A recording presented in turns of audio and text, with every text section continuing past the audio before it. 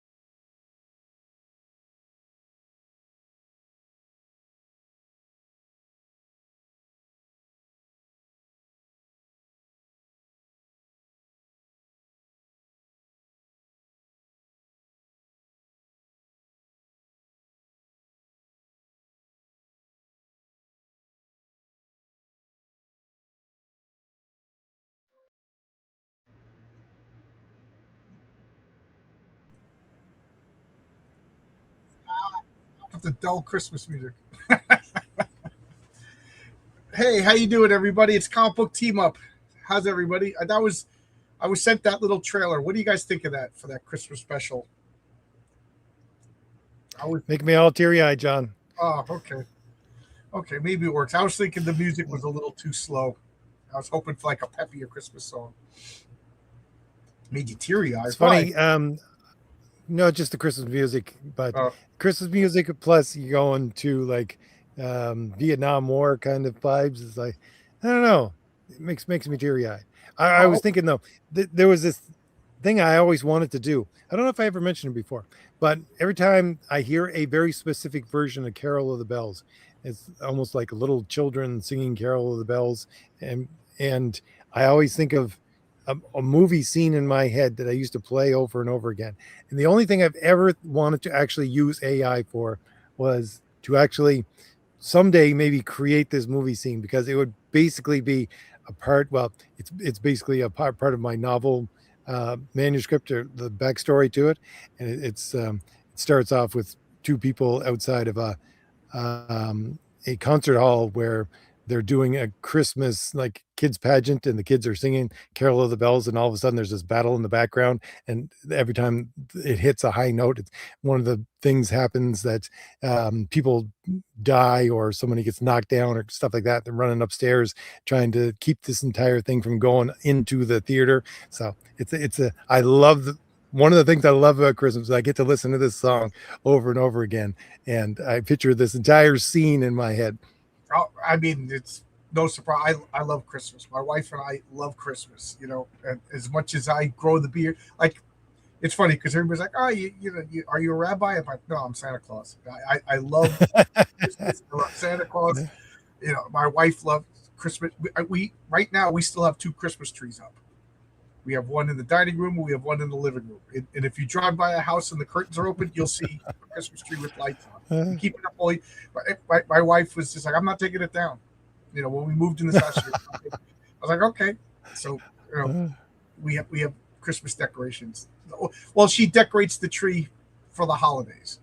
So she had Easter decorations and she had Halloween decorations on it. But it's our house.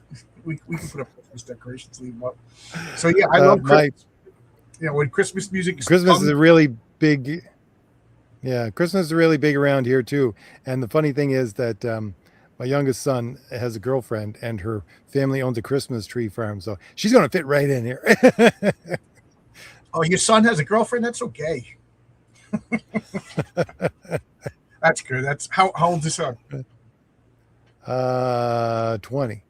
Oh, that's great. That's great. Young romance. She owns a Christmas tree farm. That's awesome.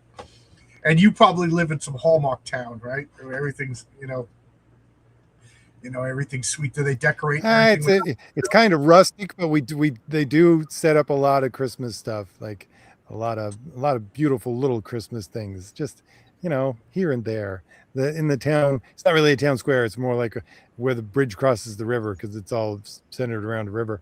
Like they have a nice big Christmas tree that's probably like 20 feet high, and it's well decorated, and you got nativity scenes all over the place and stuff. So people do go as much as possible here for a rustic place. Do go all out for Christmas. Well, I mean, I would be remiss, but since we're talking about Christmas, this Saturday, not Friday, this Saturday I'm going to launch because I'm working the middle shift and things are crazy at work with all the storms in New York. So believe it or not, electricians are the ones that have to repair all that stuff. So things are nuts. So I'm probably not going to even stream my regular show on Friday. So I'm going to launch my Christmas special, Christmas in July, this Sunday. Oh, this is the wrong one. This is Fund My Comic. This is still available right now. So I'm going to ship the Fund My Comic stuff first. This campaign is complete. It's now a continual store. So if you want to get my Christmas special, you can ship. You could back it here, and you'll get it. I'm hoping by like end of August. To be generous, I'm just tinkering with the dialogue. Bill will letter it. That takes a day or two, and then it's off to get printed. The Kickstarter, which I'll bring up now. I thought I was putting up the Kickstarter, but I'm always doing things wrong. Where is it? Okay. This is going to launch Saturday. So here's a preview of that. This is the preview page.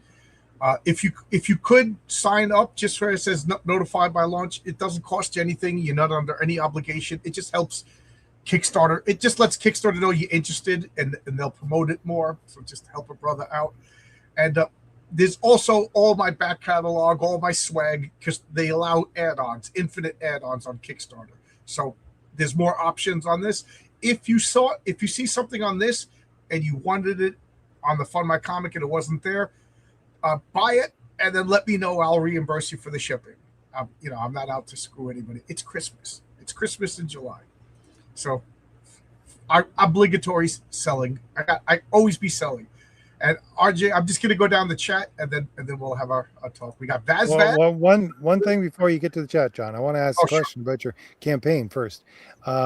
Did you sell the big item, which was the picture? No, nobody bought any, not yet. I mean, I'm buying one, but and then the guy who promised me he was going to buy one didn't buy one yet. So No, what we're talking about is the original artwork by Renzo. You know, so draw you shaking hands with King Fu. Yeah, did I sell any? I didn't sell any on Fund My Comic. No backers yet. Yeah. So maybe on Kickstarter. I people reached out and said that they were waiting for Kickstarter. I don't know. They got a problem with Fund My Comic for whatever reason. Luke is an up and up guy, but when Ethan Van Sciver went on Fund My Comic, a lot of people started boycotting Fund My Comic. You know, that's I back Luke up. It's a free speech platform. That means everybody gets to go on it no matter what. And whatever you did on other sites shouldn't affect Fund My Comic. So he's got 2 campaigns, just like everybody else, and now he's blocked from Fund My Comic until he fulfills. Everybody's treated the same, but I don't know. I still think Luke did the right thing. We got RJ for the Fourth Age. We got Vaz. Nobody home till Thursday. Pestle, I missed a few. Oh, okay. Well, you can watch. It's a bit late for me. Yeah, I know. I'm sorry, but work calls. Work gets in the way of fun all the time. We got Tony Grigo here. Tony, are you going to email me that script? John, RJ, what are your thoughts on Sony canceling any further production of physical media? I think me and RJ probably have the same exact take. What is your take, RJ? Did we lose RJ? My take is I've always been into physical media. So the thing being, what's his name? The Clippy guy. He kind of brought up a really good point. I can't remember his name. Somebody will probably put it in the chat. He's saying that, physical media is no good unless you can access it. So we got to fight one battle at a time in the fact that you got to fight for access to actually own your stuff before you can, because having a physical media he's talking about digital games and things like that. So the physical media that I collect, I get no problem because it's all tapes and, records and things like that. There's no access key to it. But if you're talking about games, you got to get an access key, and some of these newer games, even when you have physical media, you have to upgrade. You don't have a physical key, et cetera, et cetera. So there's that layer on top of the entire thing. So you can't have one without the other. And if one of those goes down, the other one fails. So it's much bigger than just physical media. I'm a big physical media guy. Everybody knows that if you listen to my channel. But again, it's a lot more complicated. Although fight for physical media anytime. That's my thing. And I think John agrees with me that like a comic book is not a comic book unless you can sit down and put it in your hands and flip through the pages. Video games, you got to get a disc or a cartridge. You know what I mean? Like. Because this is just one step away from them a subscription service per hour to play your video games. That's all it is. You want to play? I don't know, Grand Theft Auto. You're gonna have to pay weekly. I guarantee you that's the next step. So Tony, what do you think? Do you think James Gunn is going to be out as the head of DC Studios? Are they going to stay the course? I don't know, man. All I know is did you ever see All Quiet on the Western Front? Remember the boots? Whoever took the boots was the next one to die. It's just like taking the head of DC Studios is just like a cursed position. Just don't take it. Just let it go away. Forget about it. Let there be a moratorium for 5 or 6 years, and then I don't know. Get somebody who's not a goofball. Get somebody who takes it seriously. Me and RJ will make DC movies. We won't direct them or anything like that, but we'll be in charge of them. You know what I mean? Like, no. This just, and it all starts with the good script. The script, I say this, the script is the cheapest part of a movie. Just get some guy who loves DC Comics, write a good freaking script. So Zach Dan, we are having a blessed day. Today was a very blessed day. I'm late to take down my artificial Christmas tree. Usually it's spring. I'll leave it up. Hope you're not. I still have the Christmas wreath on my front door, even though it's turned kind of brown, to be sure. Hope you're not working near or inside that leaning tower, New York. No, but I used to work right near it. And my brother spent, he just retired from that building. My brother spent, almost 30 years in that building. And, I'm sure he's in his house in Connecticut going, hey, I told him not to do that. He was one of the operating, building engineers for that building. I'll send it to you this weekend. No rush. I'm just busting your chops. One thing before I go to bed, John, did you get my email for the news? Yes, I did. I got it at work. And I should have read it at work, but I got caught up in writing my own stuff because I was on standby tonight. Also, DC animation seems to do better at adapting. Yeah, the DC cartoons are so much better than the DC movies. There's a new R-rated 3-part Nightfall that Chuck Dixon was talking about. He doesn't understand why it's R-rated, but he's happy that they seem to be taking it seriously and giving it enough time to have all the details. Oh, you got a super chat there, RJ. Oh, thank you very much, Bailey. Why did Mark Millar and Garth Ennis write superhero comics when it's obvious they both hate superheroes and everything they stand for? On a related note, what little I've read of their work paints them as very miserable men. Yeah, agreed. Their writing seems to come from a place of misery. I agree wholeheartedly. But why do they want to write superheroes if they don't actually like superheroes? Because everything is about subverting expectations and making sure that you take down the man, supposedly, and all that kind of stuff. They're very much think of them as old hippies from the 60s. You know, they want to subvert expectations and try and make a name for themselves by tearing down what other people have built. That's postmodernism in a nutshell, if you ask me. So that would be the answer to that question. I think both of them. Mark Millar, not so much, but Garth Ennis, yeah. But Mark Millar can write a good story. He has at times, but I don't know. They both can Garth write Ennis good has never been stories. my cup of tea anyway. Garth Ennis, he wears it on his sleeve that he hates superheroes. Why does he write superheroes? Because it sells. That's words right out of his mouth. He wants to write war comics, and he's very good at war comics. And his war comics, like every good war comic is an anti-war comic. They're really good. And and whether you like Garth Ennis or don't like Garth Ennis, if you like good, well-written war comics, read his war comics. But just like all of these actors that just want to do these art films and then they do a Marvel movie because that pays the bills, But I gotta say, I'm a fan of both of these guys. But Garth Ennis is wearing a little thin, like too little butter on too much bread. But he's getting on my nerves lately. So he's losing the grace that he earned with me.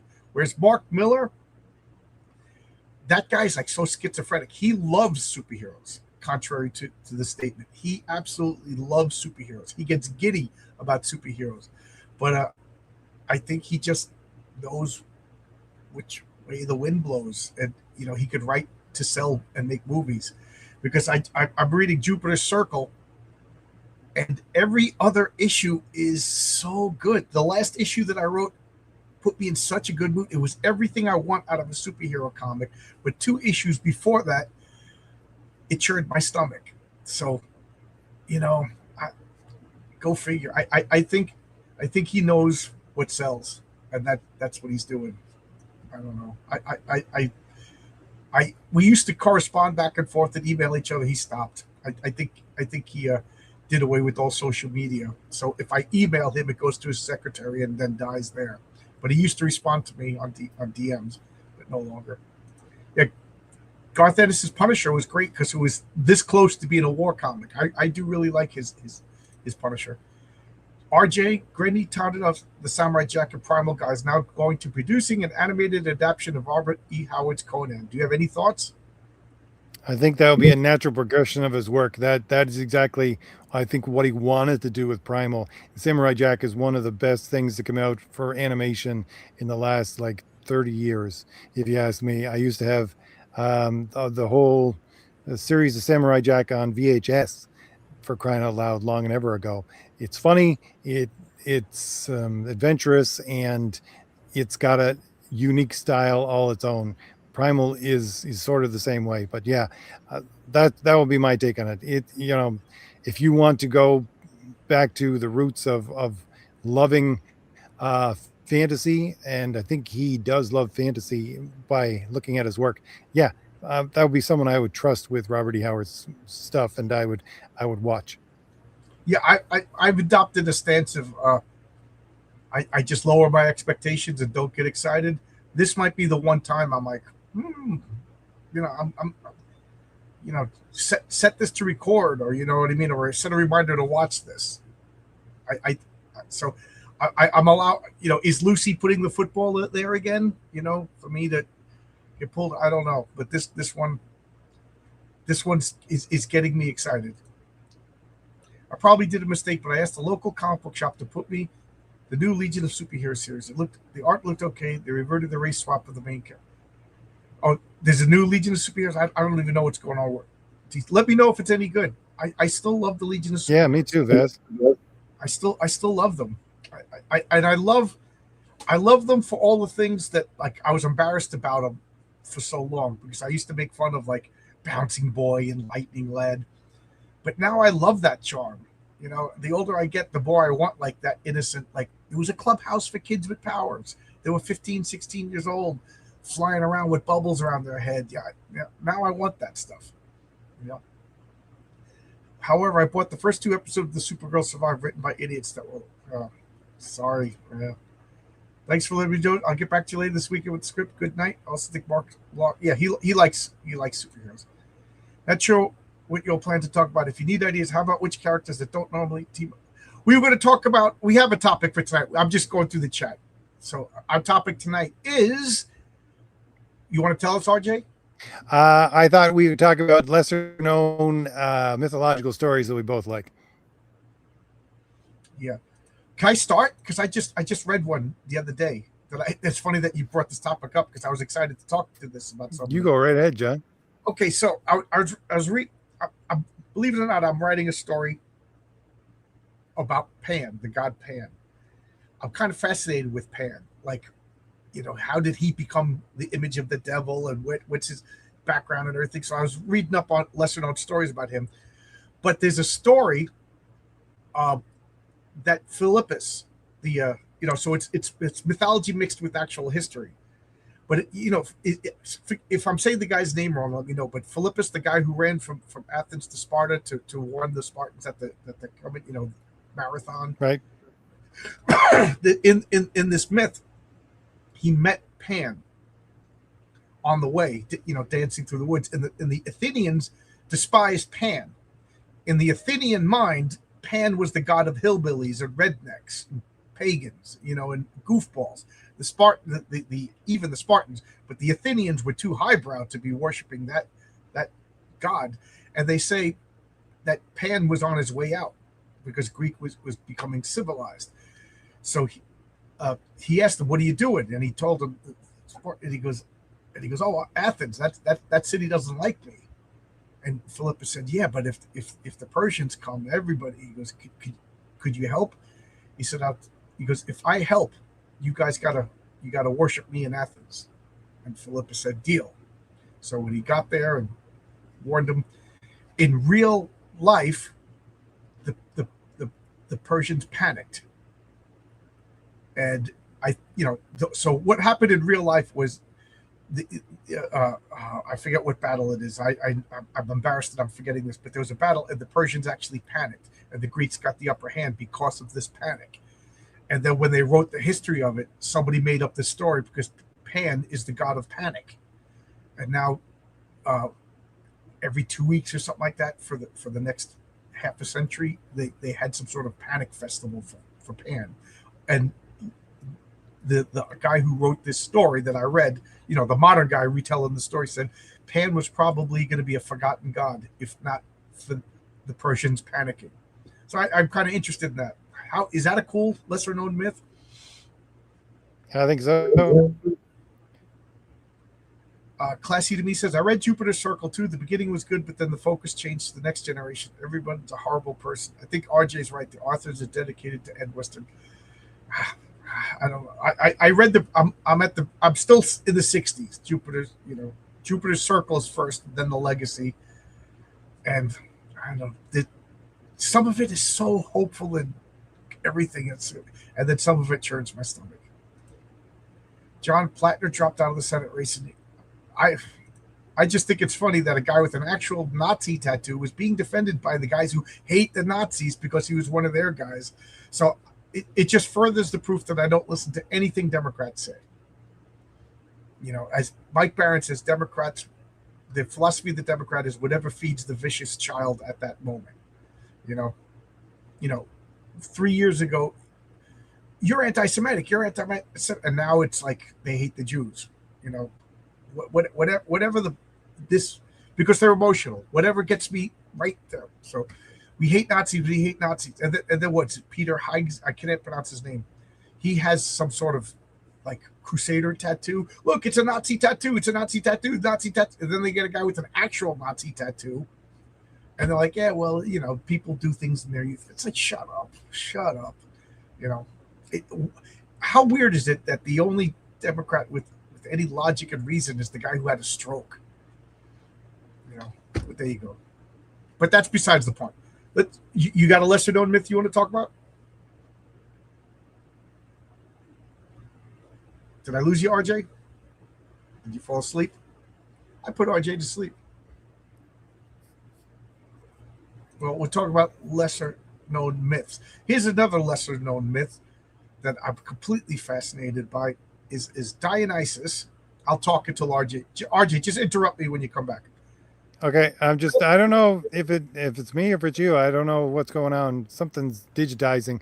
It must be me. I'm gonna have to close some things down, but you go ahead. Tell your story. I'll work on my end here. Okay, so I was just talking until you came back. I didn't know if it was you or me either, because it's no storm. It's actually pretty nice today. So in this story, Dionysus was coming from the east, and there was the Greeks themselves physically repelled him. Like armies were coming out to stop Dionysus and his hordes of Maenads and crazy women and drunkards from coming into Greece. So then Dionysus retreated, and then he came from another angle, and they fought him, and then he came from another, and eventually he made his way into Greece and went up to Olympus and marched into the throne room where the 12 gods were. And Dionysus is the son of Zeus and Semele, and he demanded a throne. He goes, I'm one of the gods. I demand a throne. And Zeus said, well, there's only 12. Oh, I lost RJ. He said, there's only 12 thrones. You know, so Hestia, the goddess of the hearth and home, got up and left and vacated her throne, and Dionysus took in.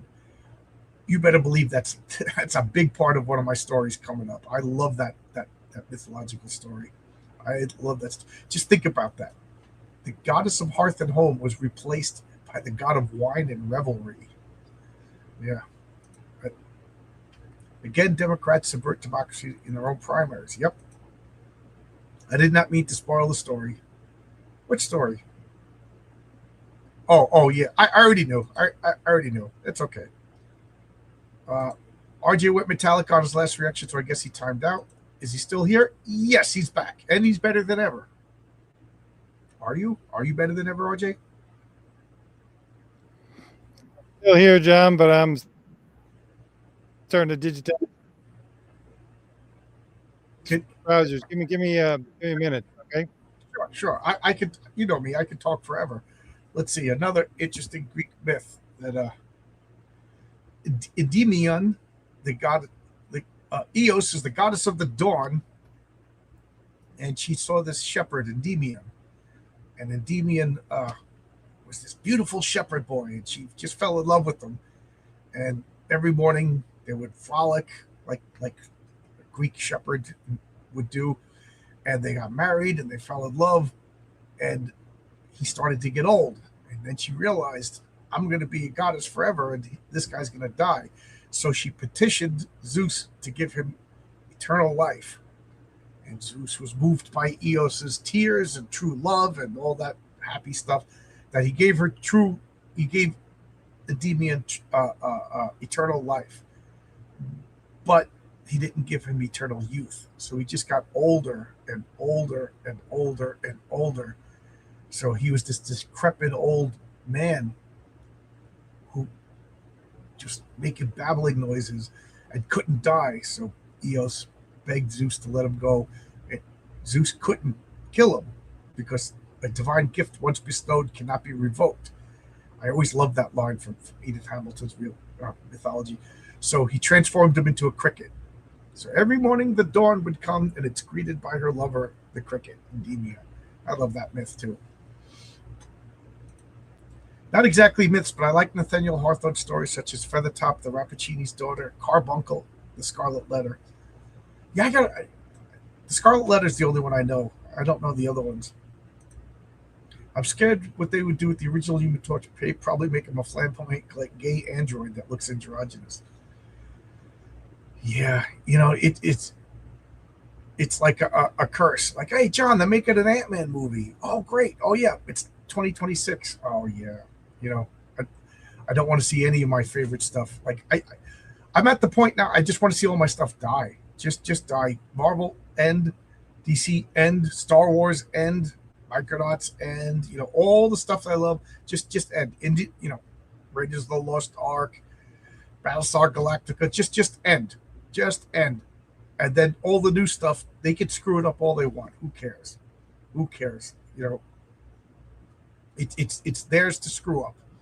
But I hate seeing stuff that I love, like and they're not leaving. It's like zero tolerance. They brought back why can't I think of the name of the movie with Val Kilmer's movie? Not The Princess Bride. Princess Bride so far hasn't been remade, but they did it with Willow. They brought back Willow and made it woke. Everything. I didn't particularly like The Witcher, but they ruined The Witcher, although it stunk even in season 1. Everything is destroyed. Hey, RJ, you back? I am back. Hopefully, I have to switch over browsers and go now. But I think we're good now. Okay. So what myths do you have? You obviously had something loaded up and ready to go. Well, actually, I did have something loaded up ready to go, but now that you started talking about Pan and things like that, I was thinking, I can't remember if it's Philoctetes or not. I think it's Philoctetes, but he's a lesser known character from the epic cycle for the fall of Troy and all that kind of stuff, because basically he was abandoned on an island as they were going towards Troy because he got bitten by a snake on his heel, and then he was complaining so much they abandoned him and left him on the island. All he had left was his bow and arrow, and he would shoot seagulls and things like that in order to keep himself alive. Poor guy. And you had to eventually come back and get him because there was a prophecy basically saying the city will not fall until he returns. So they had to go and like bargain with him. It's like, come on, you got to come back with us because we all want to go home. And he's like, I've been sitting here on this island for like 10 years. You abandoned me here and you want me to go with you because you guys all want to go home. Yeah, so, yeah. I love that part of the story. A good. I love the story of Thor. I didn't realize this, but Thor had two. He basically had two servants. The mythological Thor, Thialfi and Rosvorg. Thialgi and they were brother and sister. They were elves, and Thialfi could run really, really fast, and Loki tricked him because Thor had the chariot with the two goats, and every night Thor would slit the goats' throats, roast them, and eat them, and then as the dawn came, they would regenerate and they would have the goats again. And he was like bragging, we could have this every night. We're never gonna have to worry about food or anything like that because they were going on a journey. And he said, just don't break the bones of the goats. Don't break the bones of the goats. So of course Loki tells Thialfi, his name's going to drive me nuts. He goes, oh, that's because Thor wants the bones. He wants to suck the marrow, the best part. So of course he broke the bones and sucked the marrow, and then ever since then the goat had a lame leg.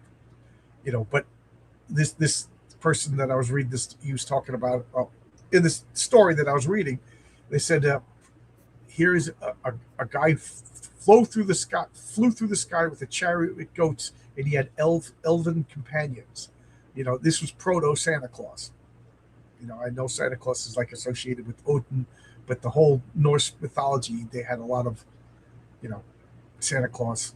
Proto Santa Claus, Origins of Santa Claus. There is a slight reference to, I'm not sure if it's that myth. I'm pretty sure it's that part of the myth for Thor in Thomas Valiant #1. When my Thor is holding a Feral, basically choking her over the side of the building. He's looking at her saying, "You remind me of someone, one of my slave girls," which was the woman, the girl. I guess she wasn't really a woman; it was more of a girl of the girl boy pair that he held as slaves, basically, Yeah. because she could also turn into a werewolf. And so there's a little Easter egg from Thomas Valiant for you. Okay, cool. Jules says they didn't ruin The Witcher. The Witcher is the show. Apparently the stories aren't, and I never read the stories. I never played the video game, but the Dark Horse comics, somebody recommended it to me. They are excellent. They are, if you want to get like mythological cool comic books with monster lore and everything, like they're like a great D&D type comic. But the show stunk from day one. I still don't, and I'm like the kind of person that has to finish things when they start them. So I'm slowly suffering through. My wife is like, "Why are you watching this?" Because I just get mad. I'm like yelling at the TV. I'll watch like an episode in 10-minute bursts. So I'm on the second. I'm halfway through the second season. What is the purpose of that Yennefer character? She has no purpose. Like, she doesn't interact with the Witcher. It's like two different shows stuck together. They don't cross. They have nothing to do with each other. I mean, and I know the Yennefer's supposed to be a white girl. I do think this Indian woman is very beautiful, but I don't understand what her character is about. The show sucks. I like Argus, the many-eyed giant guard for Hera. I think Heracles killed him, but Hera brought him back as a peacock, which is why their feathers look. Yeah, that Hera was very vain about her eyes. The doe-eyed Hera, beautiful, and that was her bird, the peacock. So I always pictured Argus like just covered in eyes. Maybe he had like a big gigantic peacock wing with eyes on him.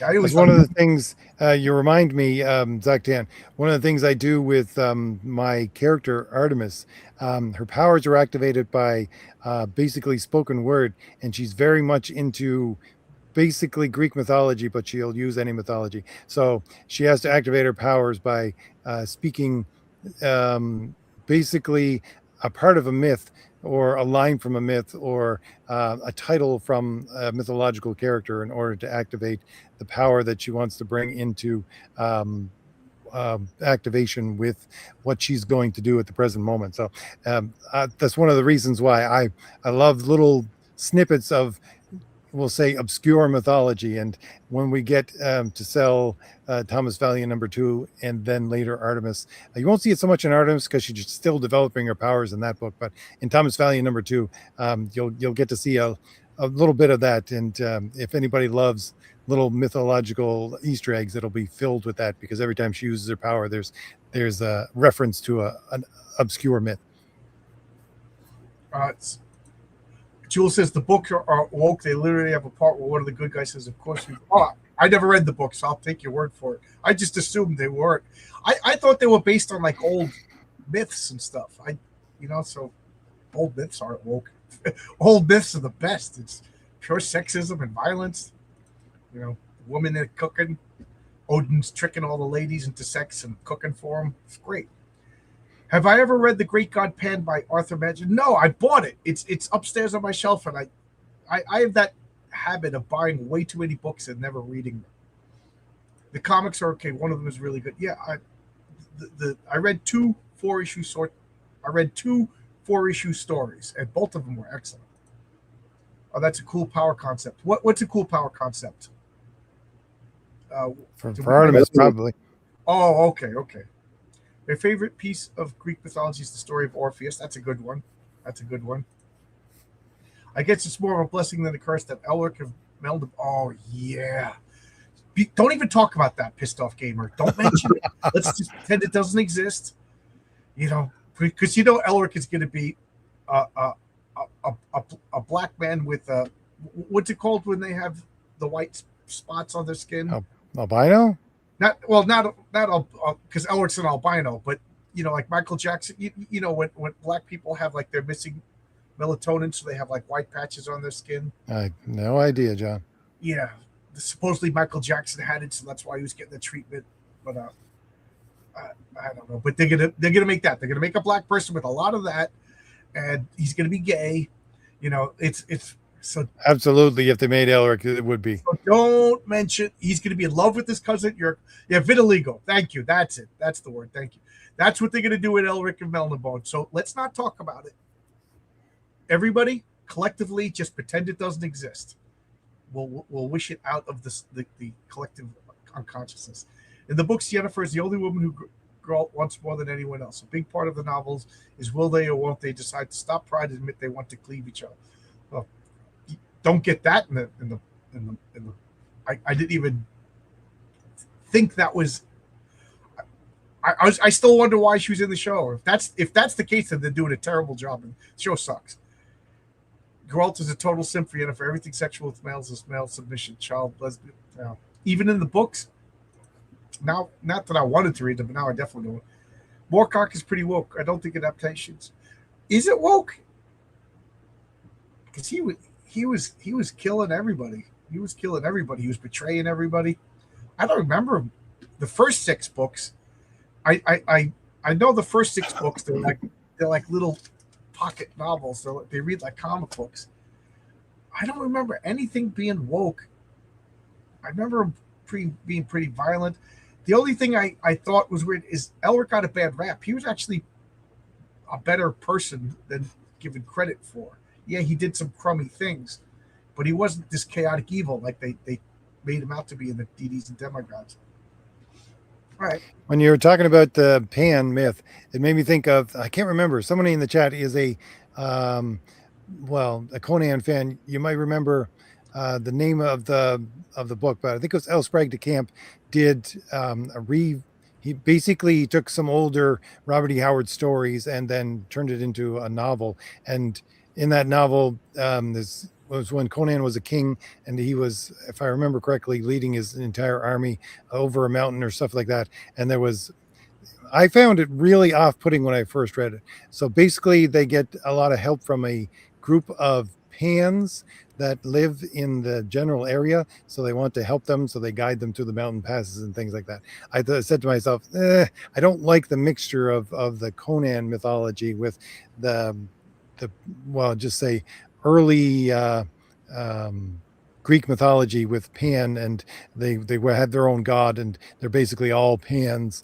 and things like that. But after I thought about it more and more, and after I read the entire novel, it's not very heavy. So I don't know. I can't remember the name. If anybody remembers the name of that book, please tell me in the comments, because I'd like to.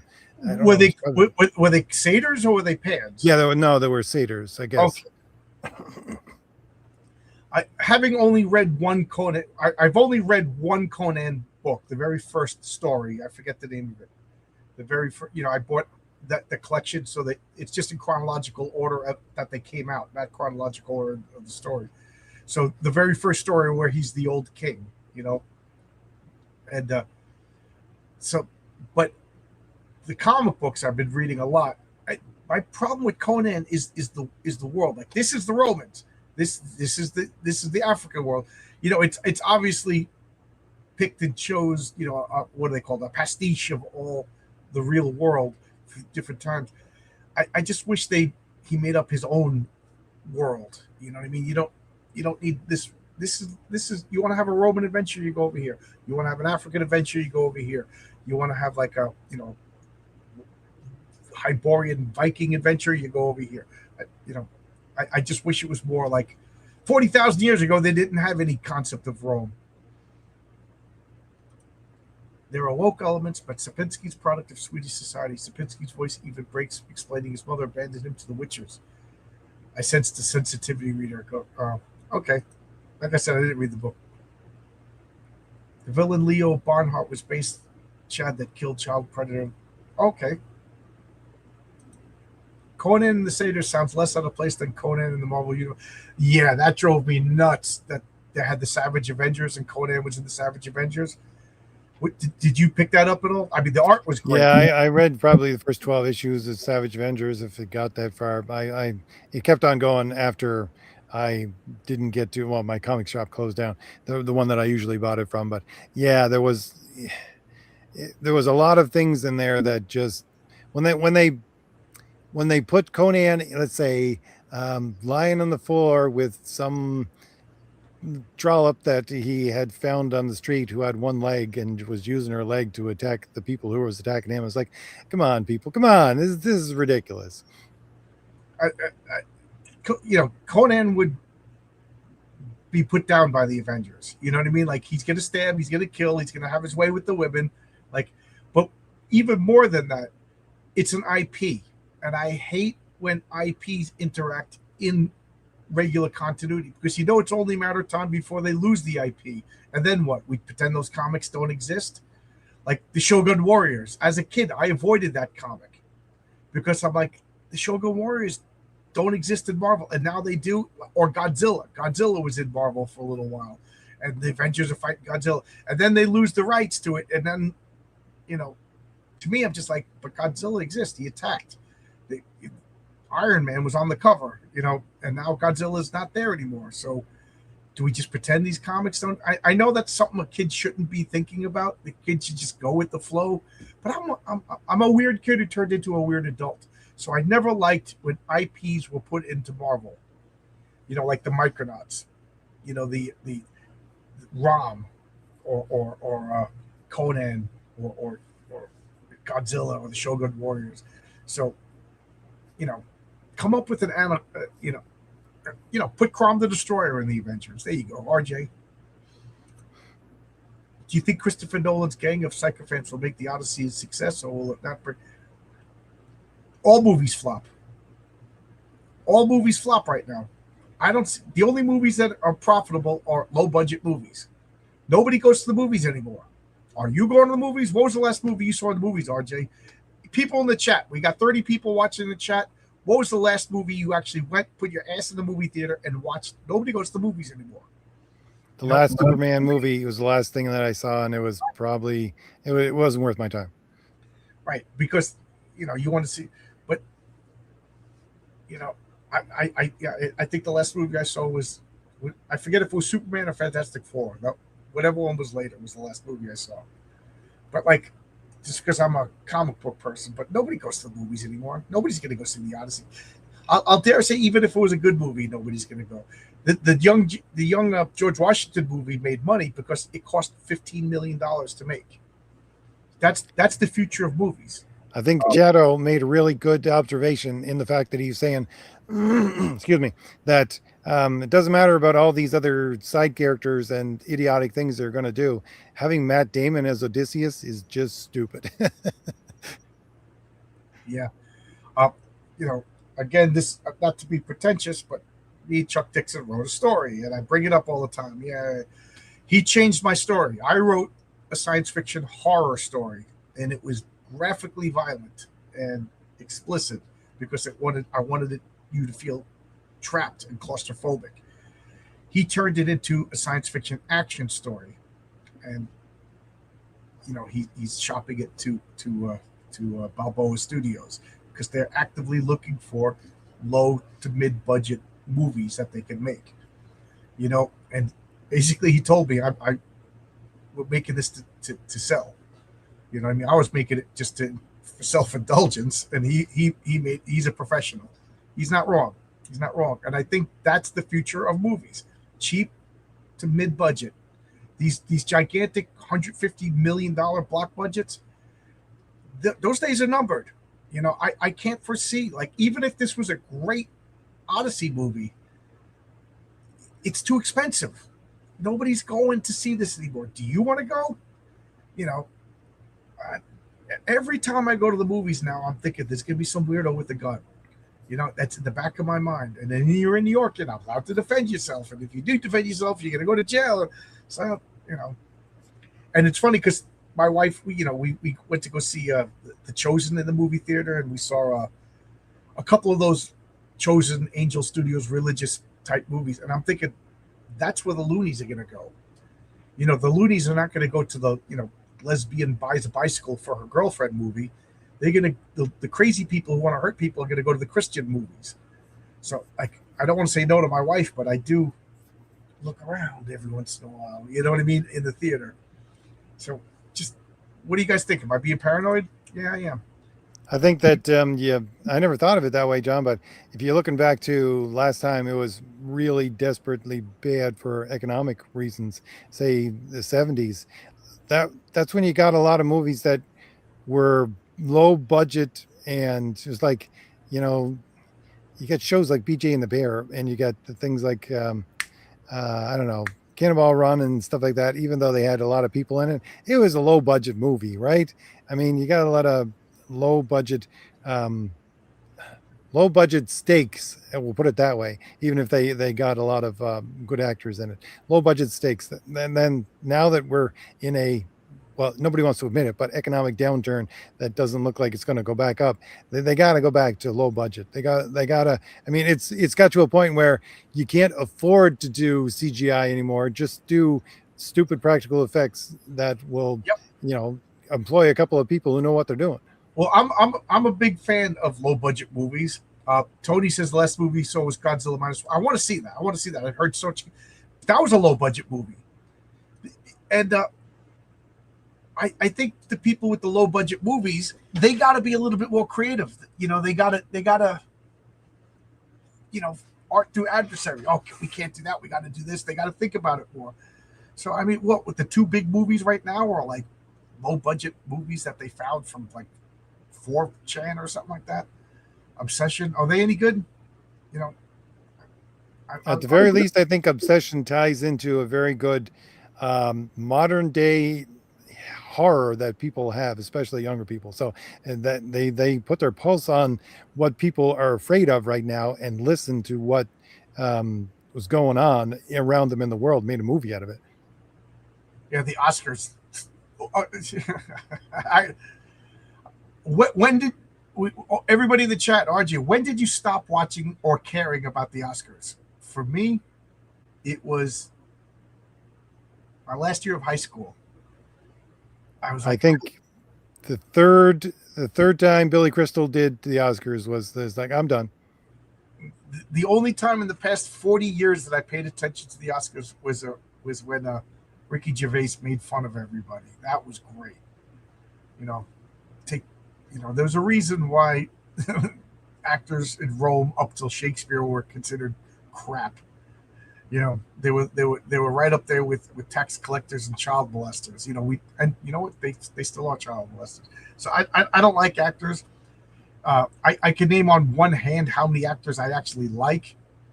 You know, I like the same actors everybody likes. Keanu Reeves, what's his name? The guy, Brendan Fraser, you know, Christopher Walken.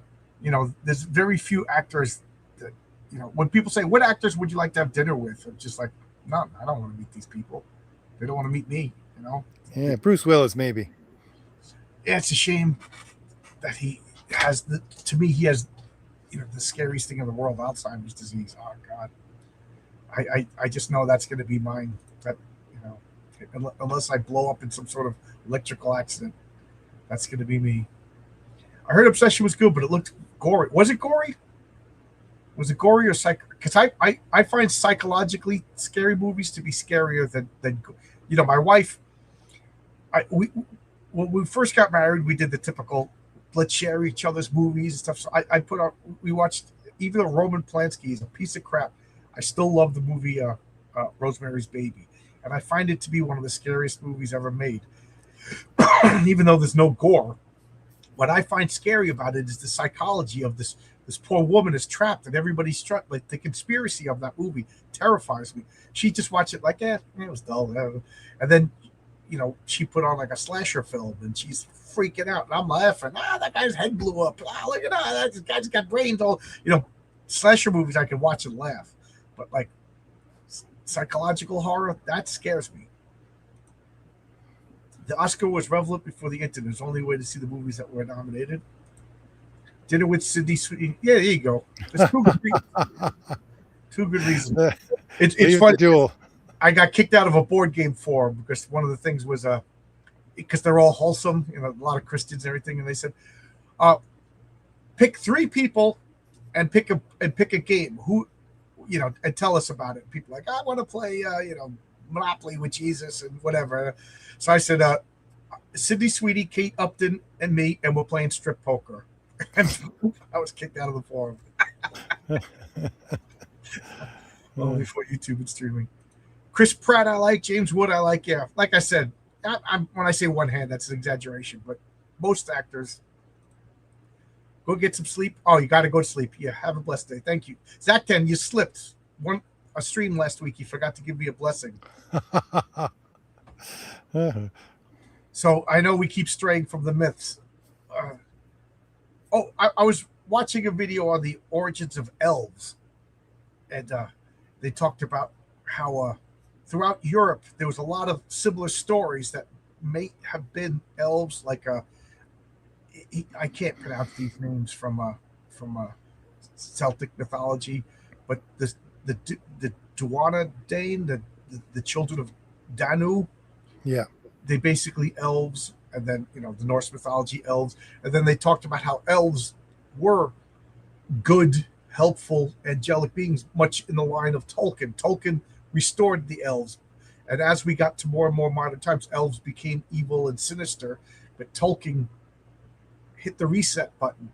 So what we, according to this video that I watched, and who knows, YouTube, they could be anything, that elves, for most of human history, elves were like Tolkien, and then they became like Rumpelstiltskins and stuff like that. It'll be, again, my pronunciation is probably not very good, even though I have some idea of how to pronounce it, but it'd be the Tuatha Dé Danann, as far as I remember. So there are the people that were in Ireland long, long ago, and when the other races started to come in, including the Celts, they fled into the hills and basically put themselves behind magic walls. So they had, cities behind basically partitions of glass, almost, you might think of it, but they'd be like gossamer thin spells that would hide them and things like that. And they're what eventually became known as the elves. And it was the Irish folklore that really turned them into more evil beings than anything else. Yeah, I got to brush up on on Irish mythology. It's just that the names are so unpronounceable to me. Like I still think that Welsh isn't really a language. I think it's just a practical joke that they play on the rest of us. So Jules says Sydney Sweetie would destroy you in poker. Your old man ass would be walking home like that's a risk. That's a risk I'm willing to take. John, you mentioned Polanski. Did you watch his Ninth Gate? No, I didn't. I took a film class in college. I was just a regular Star Wars and everything like that. And then we watched a couple of Polanski films. But at the same time, I learned about Polanski, so I kind of like avoid him. I used to love Woody Allen movies, and now the guy skeeves me out. I even defended the guy. I was just like, he didn't live with Mira Farrow. And Mira Farrow did make up that story. She admitted that she made up the story. But now there's other stuff, Epstein file stuff about Woody Allen. I'm like, man, this guy, how disgusting do you have to be for this 40 years? The lies about you are bad enough, and then the truth comes out, and it's even worse than the lies. I don't know. Irish mythology is alcoholism and crime. I just want to know where is Bono and U2 right now? They're the band that made their name, because of the Troubles and let's help the common Irishman. The common Irishman's having some difficulty right now. Where's Bono? Where's U2 making benefits to help the indigenous Irish people right now? He's too busy. I was about to say a dirty word. He's too busy shaking Carl Schwab's hand right now. RJ, did you think that Kingdom Come was a great way to end the DC universe? What do you mean, like the book itself, or one of the things? Let's see. The only thing that I can remember positively about Kingdom Come is the fact that it did irregular things that you would think, what if this would happen? It was like when Captain Adam got basically sliced in half on the battlefield, and then the entire thing exploded and killed half of the Earth's superhumans. Stuff like that. It's like that would actually probably happen if there was superhumans. You know what I mean? And so it delved in a couple of those questions. I kind of like that, but it's not, the story didn't stick in my mind as spectacular as all that. The art certainly did, but I really liked it because I liked the treatment of Superman. Now, to me, the biggest problem is Superman wouldn't have quit. Superman is Superman is Superman. But for purposes of the story, Superman quit. You know what I mean? Sometimes you got, how are we going to have the story? Well, Superman's got to act out of character, because he wouldn't have quit even if Lois died. He's Superman. He would have carried on. That's the great thing about Superman. But for the purposes of the story, and it's an Elseworld story, it's not a continuity story. But I like that Superman left, and it's the story of kids growing up in a house without a father. That's what Kingdom Come is. All of these superheroes, they grow up in a house without a father figure, and then Daddy shows up and spanks them all to behave. To me, it's like one of the most reaffirming Superman stories, unless I'm misremembering it. But that's what I remember it is, and that's maybe my wrong interpretation or wrong memories are big inspiration for my character, the Patriarch. The real red pill is the Irish independence for the Anglo-Saxon was always woke. That's why Ireland is. Yeah, I know. They'll fight against the Brits that are basically the same thing, except one guy's kneel in church, the other guy's stand in church. One guy's think that the transubstantiation happens when the priest holds up. The other guys think it happens in your mouth. You take 4 steps back, it's the same thing, but Somalians can come all over Ireland and everybody's happy. I don't know. Kingdom Come, great art, boring story. They did Captain Marvel dirty, yeah. Well, when he was Billy Batson and he got the worm in his ear and it corrupted him all the time. Yeah, I like Captain Marvel almost more than Superman. I don't know. Captain Marvel and Superman, to me, they rotate around each other. Yeah, I got it. Yeah, but it did establish that Captain Marvel could beat the crap out of Superman.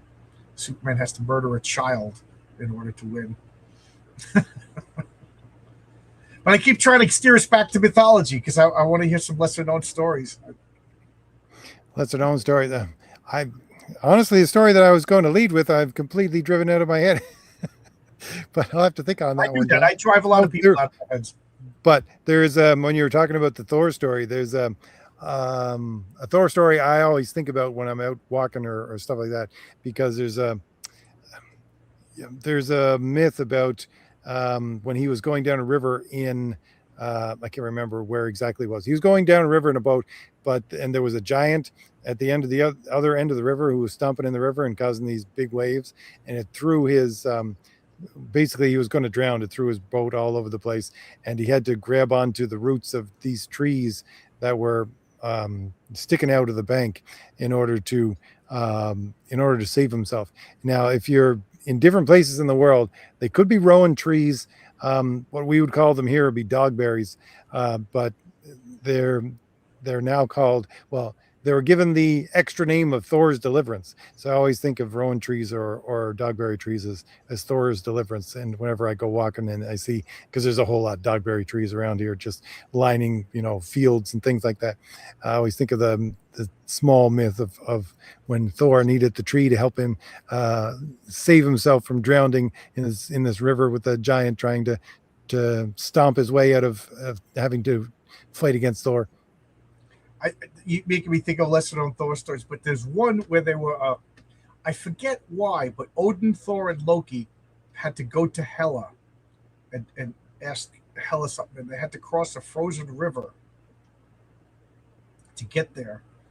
And Odin and Loki were able to cross, but Thor had to throw and leave his hammer because he was too heavy to cross without his hammer. And then, of course, that made them vulnerable to attack. But I always thought, I don't know, it's a pretty unique trap. I mean, Thor in the comic books would just fly over it or whatever, but, can't cross the river with your hammer, Thor. All right, leave the hammer. And Thor's just like, nobody's going to be able to take it. But there's a lot of cool did you hear the story about Odin steals the mead that grants you poetry from one of the giants, and he transforms into a bird, a gigantic eagle, as the giant comes to grab him back. So Odin swigs all of this mead, and then the giant breaks in as he's like chugging it down, and he turns into a bird, and he goes to fly away. And as he's flying away, he's farting because he drank too much, and basically spraying people. And now they have the gift of poetry.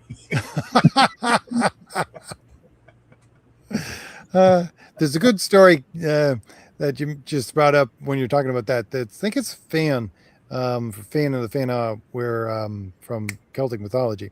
So if I remember correctly, it was Fan. But he was supposed to be extremely smart because he didn't. It wasn't that he was supposed to be smart, or that he actually. There's a backstory to it. So there's a funny thing in the fact that a lot of ancient mythologies see the walnut as something that makes you smart, and now they're finding out that walnuts are very good for brain health and all that kind of stuff, which is weird. But there was basically a tree of knowledge that overhung a pool of water, and the tree of knowledge grew nuts on it, and the nuts, whoever ate the nuts would become incredibly smart, but these nuts would fall into the pool, and there was salmon in the pool that were eating the nuts. So a wise fellow wanted more knowledge, and Finn, if I remember correctly, was his servant boy. And so he found this pool and captured one of the salmon, which he was then going to eat, which would then give him special knowledge of the universe. And he told his servant boy, he said, "Don't eat any of this. This is for me," right? Because he wanted all the knowledge. And the servant boy was, if I remember again, was Finn. And when he was cooking it, he burnt his finger while cooking the salmon, and then put it in his mouth in order to stop it from burning, and accidentally ate a piece of the salmon, which then took all the enchantment from the salmon and put it into his head, and he became extremely smart. That sounds like something a little kid would say. He totally ate the salmon. It was like, and I was cooking it, and then I burnt myself, and then I put my finger in my mouth to you know how the little kid comes up with a scenario, like yeah, he ate the salmon.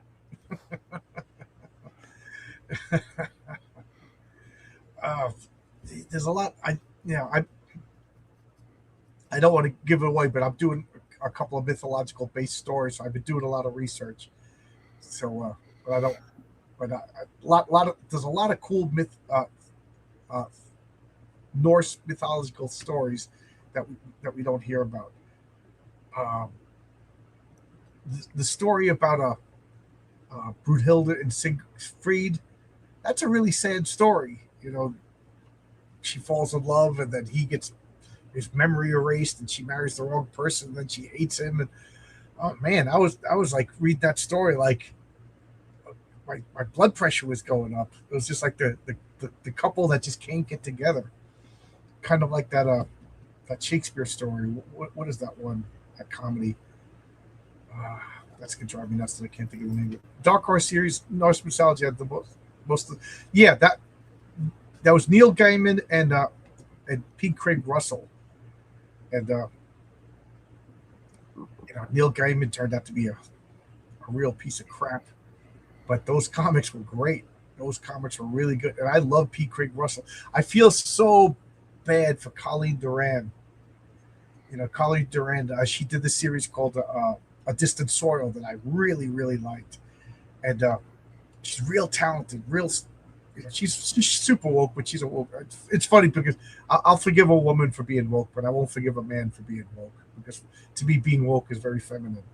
But poor girl is like, she made this book with Neil Gaiman, and like they were crowdfunding it just as all that stuff hit. And it's just like, she didn't do nothing wrong, and she's on Facebook selling pages from that book. And it's just like, oh man, can you imagine? Me and RJ making a book, and then you find out that I've been running a concentration camp. RJ's like, I didn't know.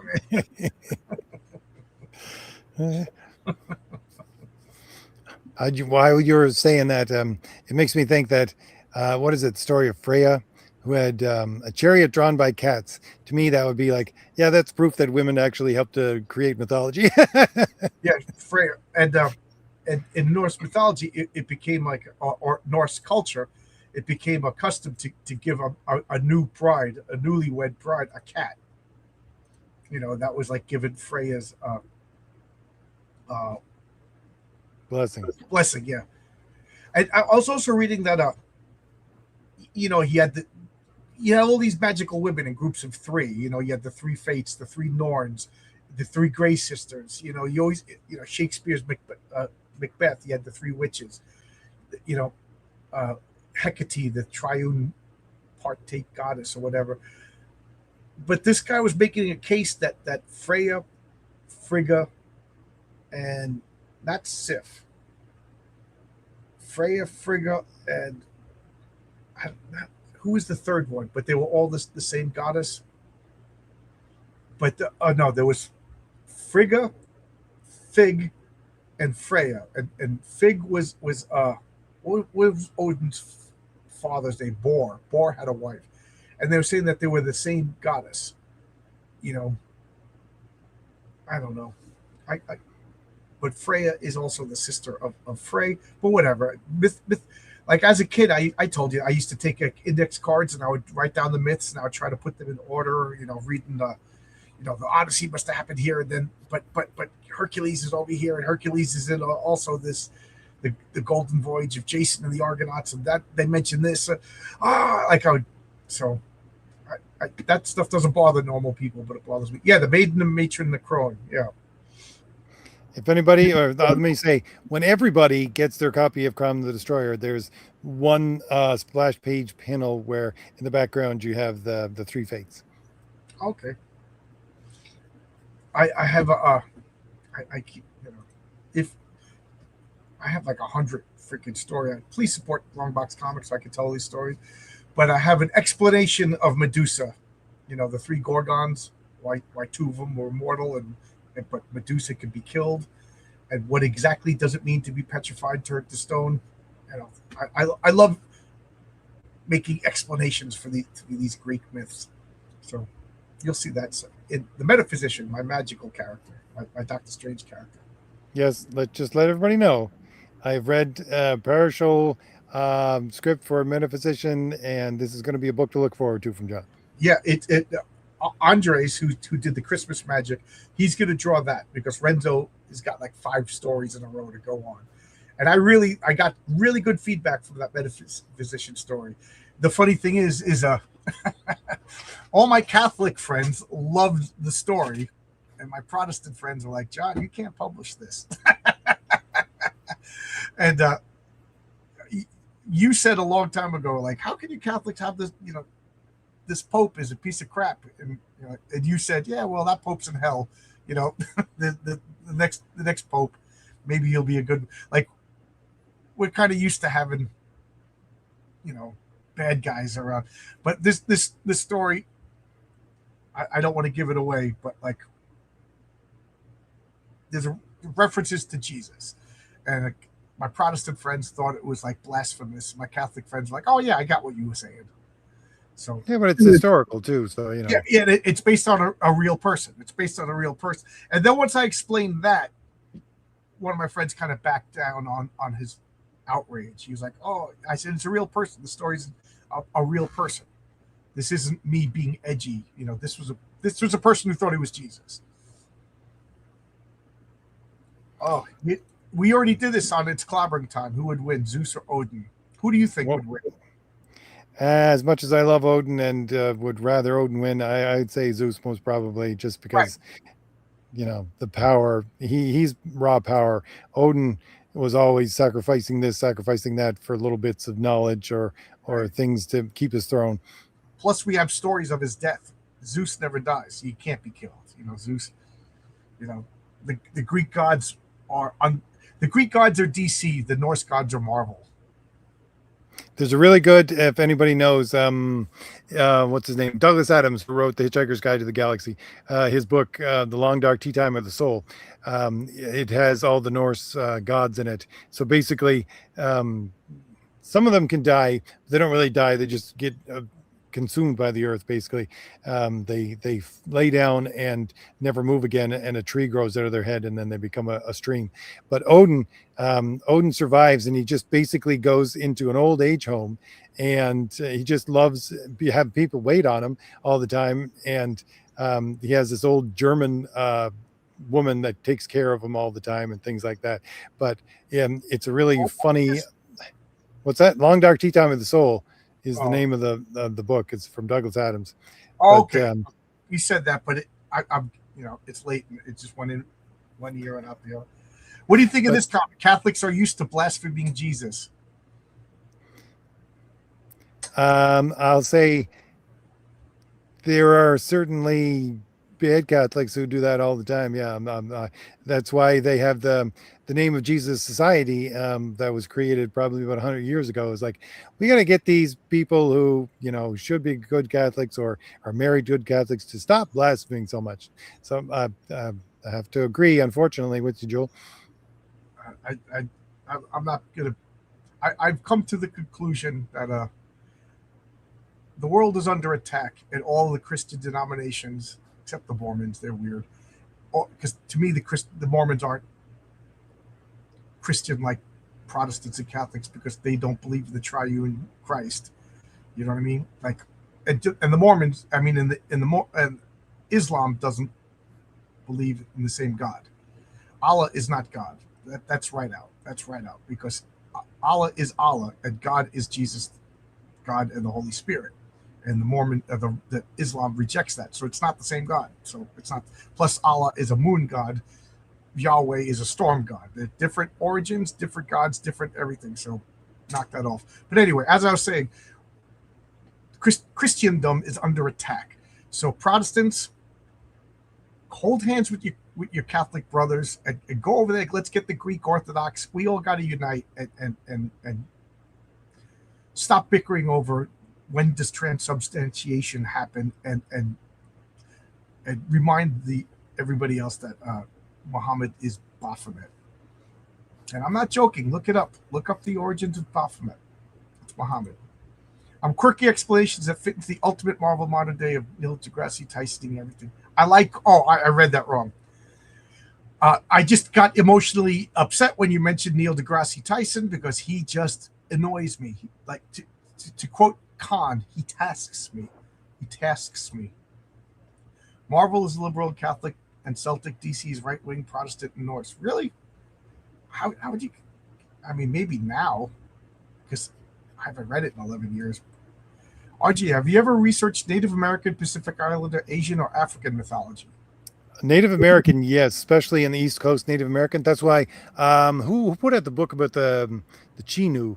I can't remember if that was Graham. Yeah, I had him on my channel. We were talking about it the only time I had him on my channel. But that was a myth that was so obscure. And when I saw his book, I was like, wow, someone is really into Native American, especially East Coast and Central mythology, because that's something that not a lot of people know about. It's kind of, I mean, so would be the Wendigo in its original form, but you do have a couple of at the very least movies about that and stuff like that. But especially on the East Coast where I am, it's very interesting. There's supposed to be a mountain like north of where I am that basically was two giants were fighting. One was like a trickster god, and the other was a creator god, and the trickster god basically got defeated in this entire thing. And as he was defeated, he became a mountain, because in the basic North American Indian mythology, nothing can actually be created or destroyed. It's all just transforms from one thing into another. So as he transformed into this mountain, his evil spirit escaped by, there was a crack in the side of the mountain that opened up, and basically all of the monsters that would torment men over the ages finally started to pour out of this crack in the mountain from this trickster god. And that's where you get the Chinus, and you get the Wendigo and all these kinds of things. So really, there is some really good North American mythology. Yeah, there is. I when I moved to Albuquerque, I made friends with this woman, and she She was a liar. It took me a year or two to realize that she was just tricking the naive white guy who's like, Indians, yeah. Because back then I believed that all the Indian, not that they had magic powers, but I was more liberal back then when I started. It's funny because I started out college liberal, and by the end I was like, you guys are a whole bunch of idiots. But we spent time on the reservation, and she showed me a lot of the stuff. I got interested in Indian American Indian culture.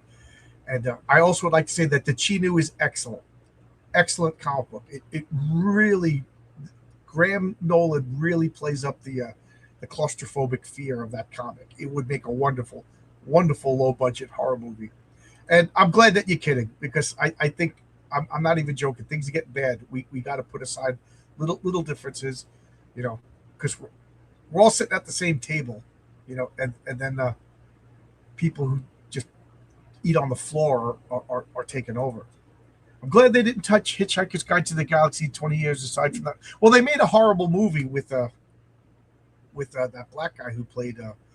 But I watched like the first 10 minutes of that movie, turned it off, and never went back. I love that. That book was one of the few books that I was laughing out loud. I remember being in a bathroom in a hotel and laughing so hard that I actually cleaned out my system a little bit more than I had intended, because that book just made me laugh. It was so good. Yeah, the movie was a piece of crap. Yeah, but I'm with you, John. That was one of the few books. Like I'm reading Raymond Chandler's The Big Sleep right now. Every once in a while, he pulls out a line, and I just snicker and laugh. But Hitchhiker's Guide to the Galaxy is full belly laugh. Yeah, like, can't stop laughing for 5 minutes. Yeah, I want to read this. I only read the first one. I want to read the second one. Mormons are under attack too, though, because they're civilized away and very nice. I will go on record to say that they are the nicest people I've ever met. When I lived out in Albuquerque, I met a lot of Mormons. Some of my best friends are Mormon. They're all well-adjusted, nice, friendly, good, with the exception of those Lego people. I never met a Mormon that I didn't like. I just think their beliefs are wacky. But you know what? If you take 10 steps outside, look at anybody's beliefs, looking at that guy's beliefs are wacky. Looking at that guy's beliefs, and that guy looking at my beliefs are wacky too. You know what I mean? So I guess the bottom line is, how do they behave day to day? And the Mormons are really nice, sweet people. So any Mormons in the chat, you're welcome to come over and play board games with me. I'll even bring Sprite, because you guys don't drink caffeine, right? Our enemies don't know that. You're absolutely. All the enemies know is that we ain't them. You're absolutely right. Jehovah's Witnesses are like Muslims. They're not murderous and killing and rapists and everything. They're just weird. But the thing about Jehovah's Witnesses is becoming it. Maybe I'm wrong, but becoming a Jehovah's Witness reduces your chances of going to heaven. Because don't they believe that only 144,000 people go to heaven, yet there's like 3 million Jehovah's Witnesses? Why would anybody join a religion that's going to reduce your chance, like Calvinists? Don't become a Calvinist. You're not going to heaven if you become a Calvinist. Allah is Satan. I'm just going to leave that as it is. Lefties really want to bring back tearing the heart of human sacrifice in addition to portness. Yeah. I mean, I don't even want to. That disturbs me so much. That's like Planned Parenthood to me is the scariest thing on the planet, because people are so hoodwinked. Yeah, sounds like Pandora's box, except it's a mountain. Oh, get back to mythology. Did you ever hear of a monster called a knocker? Sorry, John, you digitized on me for a second. What's the monster's name? Knockers, like knockers. Not that I'm aware of. Yeah, in the Cornish section of England, the coal miners would go underground and they would hear knocking. And a lot of it could be explained by like stress and things breaking or whatever, or echoes of other miners and everything. And, so they were down below the earth and they would hear knocking, and then they would, light play tricks on them. They would see little people running around. So they started leaving out food for them. And then it became like a tradition that once a month they would leave like a salary for the knockers. Now, who really took it, I don't know. And they had like certain knocks meant warnings. Some knocks meant they were pissed off. And one thing that they all agreed on is you don't whistle. That drives the knockers crazy. So, like, you just didn't do it. The experienced miners would like beat up anybody who like, oh, I'm gonna whistle. You're not gonna tell me not to. And then the funny thing is, there was tribes in pre-colonial South America that had knockers, but by different names. Same exact thing. Leave out food. They ended up doing the same rituals. They described them the same. And then this archaeologist or sociologist rather found out that any culture that spent any time with workers underground developed some form of these knocker myths. And in Bolivia today, this actually gave me the chills when I was reading this. This Bolivia is a big Roman Catholic, doing the prayers, good. But then when the miners go underground, they worship El Tio, the uncle, and the uncle looks like this minotaur, and they leave not human sacrifices, but they leave sandwiches and offerings, and they have prayers that they won't say in the daylight. And when they come in the daylight, they're back to big because they swear there's something down there that needs to be appeased. You know what I mean? It's so terrifying. Now tell me that's not a comic book ready to, El Tio, the mole man living down there or something. Oh man, that's terrifying. Calvin, it's so strict that you have to. In Calvinism, one of the tenets is if you doubt that you're going to heaven, you're not going to heaven. I mean, that's just human nature to doubt. Despite how jaded and pessimistic and anti-superhero is, why do you think Alan Moore wrote such a great Superman stuff? Because he loves Superman. He loves Superman. Alan Moore loves superheroes. Don't. He was a geeky kid who loved superheroes, but the thing is, he was also a spoiled brat, and he also loves the smell of his own farts. But look at that picture of Alan Moore shaking hands with Jack Kirby. Alan Moore is this old bearded old hippie, but his face is filled with childlike wonder and awe. I'm still the last defender of Alan Moore, even though Alan Moore's going out of his way to make it difficult. Alan, knock it off. I'm trying to defend you. The Dark Fae of the Minds. I know they're really creepy. They're really creepy. Look up the knockers. There's a couple of things that actually, the knockers for some reason scared me. And do you ever hear of wreckers? Wreckers are real things. Am I robot now, RJ? No, I'm good. I've never heard of wreckers either. No, wreckers are real things. There's people they live by Scotland or they live by Nova Scotia. International law is anything that they found from a shipwreck you get to keep. So these people would put up false lights so that ships would hit these rocks and then come out and kill all the survivors so they could take all their cargo and everything like that. Just when you think humanity can't be worse pieces of shit, you find out that there's wreckers. And then when I was talking about that, somebody said Rush has a song called The Wreckers. But tell me, the guy who made that movie, The Witch and The Norseman and whatever, The Lighthouse, that guy should make a movie about the wreckers. Oh my God, that would scare the crap out of it. Like 1,800 people on the coast of Ireland. Like they're all like, yeah, all happy and everything. Somebody's like, a ship. And they put up the false light. The next thing you know, Nana's got her axe to kill people. Help me. What did we get? Oh, we got some wool. Oh my God, I'm getting scared just repeating that. Yes, La Llorona. Yes. Have you ever heard of La Llorona?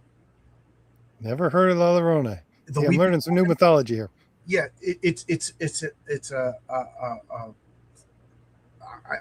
I'm like afraid to say Hispanic, but I'm just going to say it. It's a Hispanic thing. She's either Mexican, but the story is it's a woman who either couldn't have kids or she had kids and the kids drowned or whatever, but it's some sort of variation of that. So she's a ghost that cries and then like tries to steal your children. Tony, am I getting it right or am I mixing it? But I always thought that would. I have a story that called the Memoirs of Violet McCready, and it's about this girl who was there at the founding of Science City. So it's set in cowboy times in Arizona, but it's not a Western cowboy story.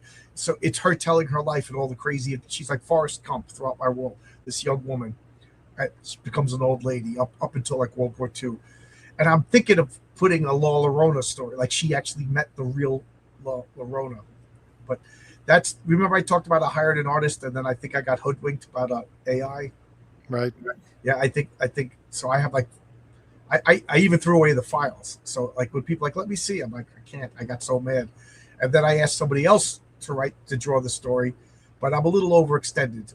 So the story will happen, but I got to wait for other stories to finish so I could pay the new artist. Or you could buy Heroic Tales Christmas special, make so much money that I can afford to start it right now. That's on you. The Vegas Underground is full of knockers. There's an underground in Las Vegas, or when we talk about like the underground, like mafia, because I always thought like Vegas would be like too deserty to have an actual underground. No. That's part of that lava basalt system that movie Evolution made famous. Yeah, you're right. South America's Catholicism is very paganistic. Yeah, they got that Santeria. They got a lot of mix of voodoo in it.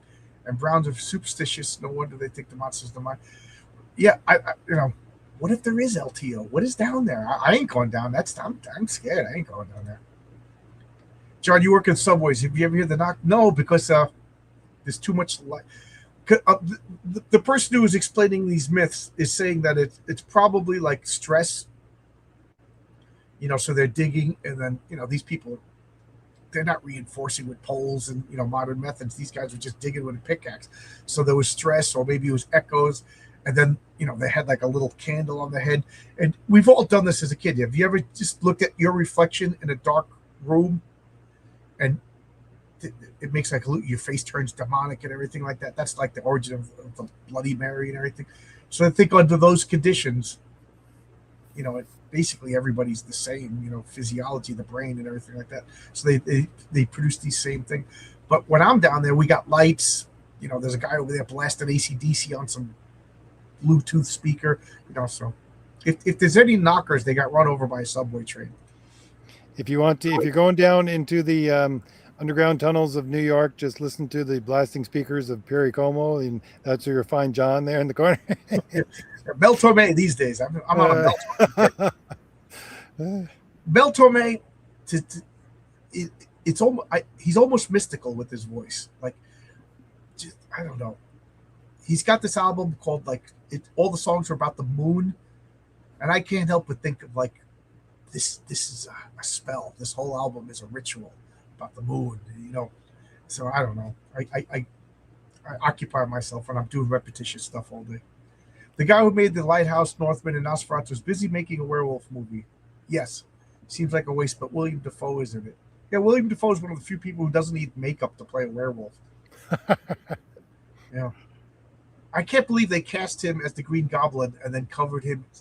You don't cover William Dafoe's face in a mask. That guy's got one of the most distinctive faces on Earth, and you put a mask over it. That was such a flub. Yeah, werewolf. I didn't see I wanted to see the Norseman, but it came and went. I liked The Witch. I liked Lighthouse, but I didn't see the Norseman. Hey, Phil Diaz is here. Phil, I'm going to be talking to you about getting that banner printed. I didn't forget you. I want to start doing conventions soon, so I'll message you. This is Zaid Comics, Phil Diaz. Everybody, I cannot recommend the Man with No Strings enough. It is not just one of the best indie comics. It's one of the best comics right now. Man, this guy's got a good imagination. And Phil, I want to do a project called Crisis on Independent Earths, Crisis on Indie Earth, and I would like all of us to contribute a couple of pages to it. So once I'm gonna write out the first section that starts the dilemma, and then give everybody this is how I envision it going, but whatever, and then we'll work out basically everybody owns their own stuff, you know what I mean, and then everybody will get the files. You print them out. You want to sell them. You want to give them away. You do whatever you want. But it'll be better than a catalog. You get a catalog of Fourth Age Comics, Longbox Comics, Zaid Comics. this will just be a continuous story. So you'll see your characters, you see your art and everything like that. And then at the end we have like this is where you can get all the stuff. I think it would yeah, you kind of did it with the CG book. So just think of like people who actually care about comic books doing this stuff. Yeah, we got to hang out soon. Yeah. Let me know when you're anywhere near New York. Werewolf is the correct spelling. Another New Mexico legend is we have those abuelos. If you're a bad child, Los Abuelos will come to your house, stick you in a sack, whip you, and take you. Yeah, that was Los Epstinos. Yeah. they would come and kidnap children and drink their blood. When I was a kid, I saw an episode of The Real Ghostbusters that dealt with supposed New York urban legend called the Pillar of New York. Wow. I don't know anything about that. That sounds cool. Any local legends up by you beyond the North Pole? Well, we already went over the one with the giant mountain and the trickster god. Besides that, there's not a whole lot that I can think of, but there's very interesting history. A lot of, you live in the East Coast, no matter where you are, there's a lot of good shipwreck history and things like that, where there was, some of the things people go through, you could make a myth out of it. There was one that was around here where they shipwrecked on a small section of Sandbar Island that was off of the main island when they were coming in, and basically they had to abandon the ship, and everybody swam in because it was so shallow, and they were able to do that.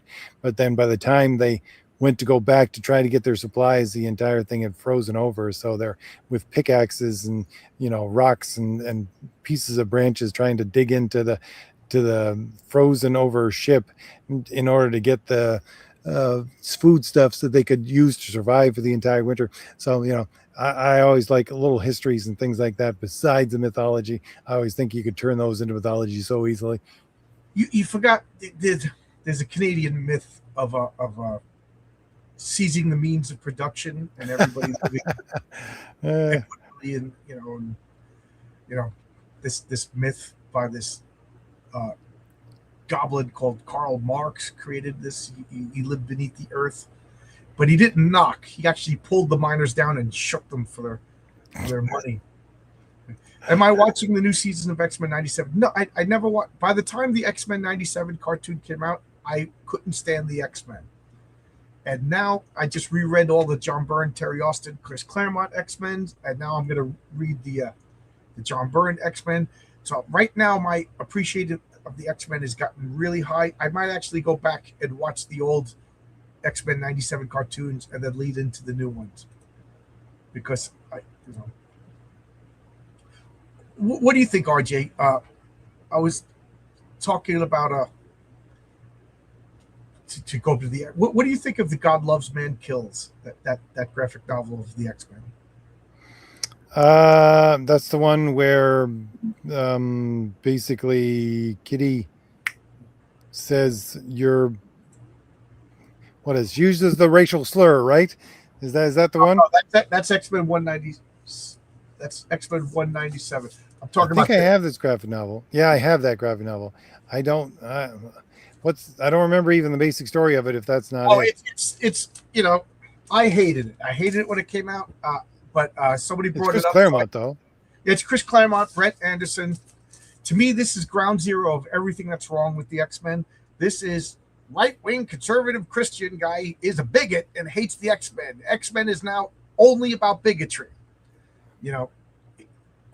Even as a kid, because in the Reagan years, it was just every villain on TV. Every villain was the preacher, whether it was the Protestant preacher, the televangelist, the priest, the Catholic priest. It was never the imam, it was never the rabbi, it was never the guru. It was always the Catholic, whatever, Greek, Protestant, Roman Catholic, whatever priest.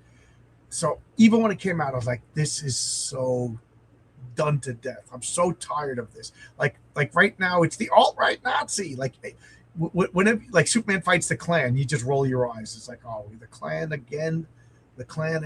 We're just rolling out the same trope bad guy. So that's why I hated this. And then this became the defining X-Men ever since. bigotry, bigotry. We can't get a break. We prejudice, bigotry, bigotry, bigotry. I want to see the X-Men fighting space whales and the Badoon and the Shi'ar, the Emperor Guard, and go to the Savage Land and riding dinosaurs. That to me was great stuff. Every once in a while, you have the Sentinels, because they're the X-Men. That's what makes them different than the Avengers. But two stories that define the X-Men with Days of Future Past and God Loves Man Kills. Days of Future Past is amazing, excellent. Yep.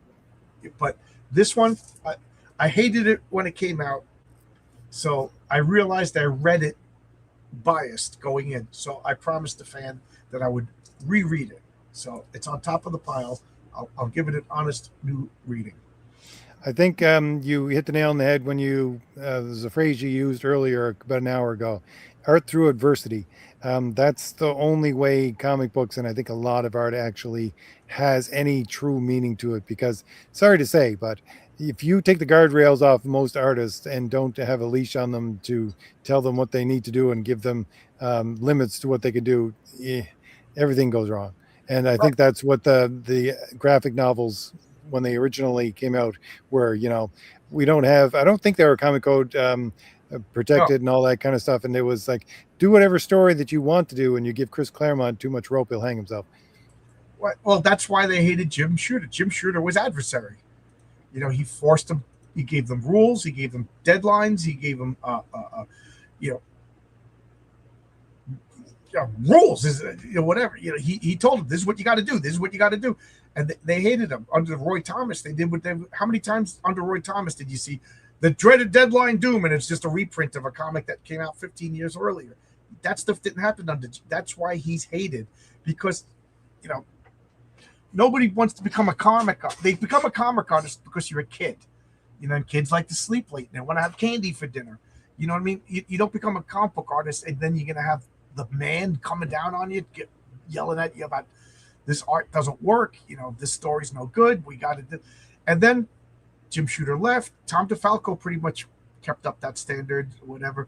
And then you got to like the Bill Quesada, right? Joe Quesada era. And it was just like, they kind of, you could have gay superheroes, you could do this, you could do that. And the rules just got lack. Now they got no rules. Now there's typos.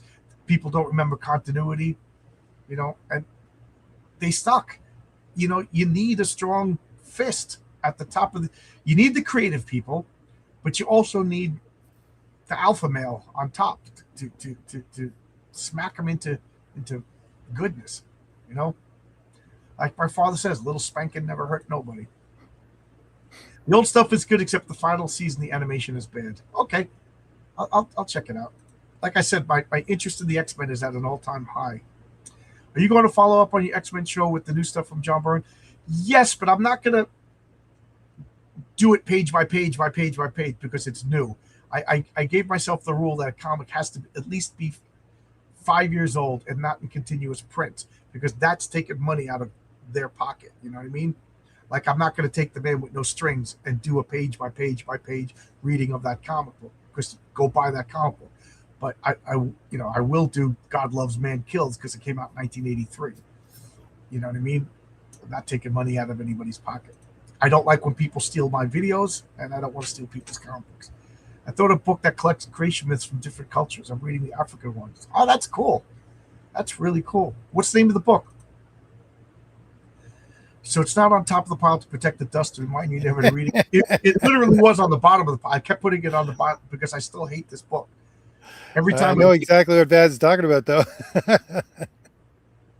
Sometimes you got piles and you just throw the worst piece of crap on top. So that I didn't get it. Okay, now I get it. Yeah.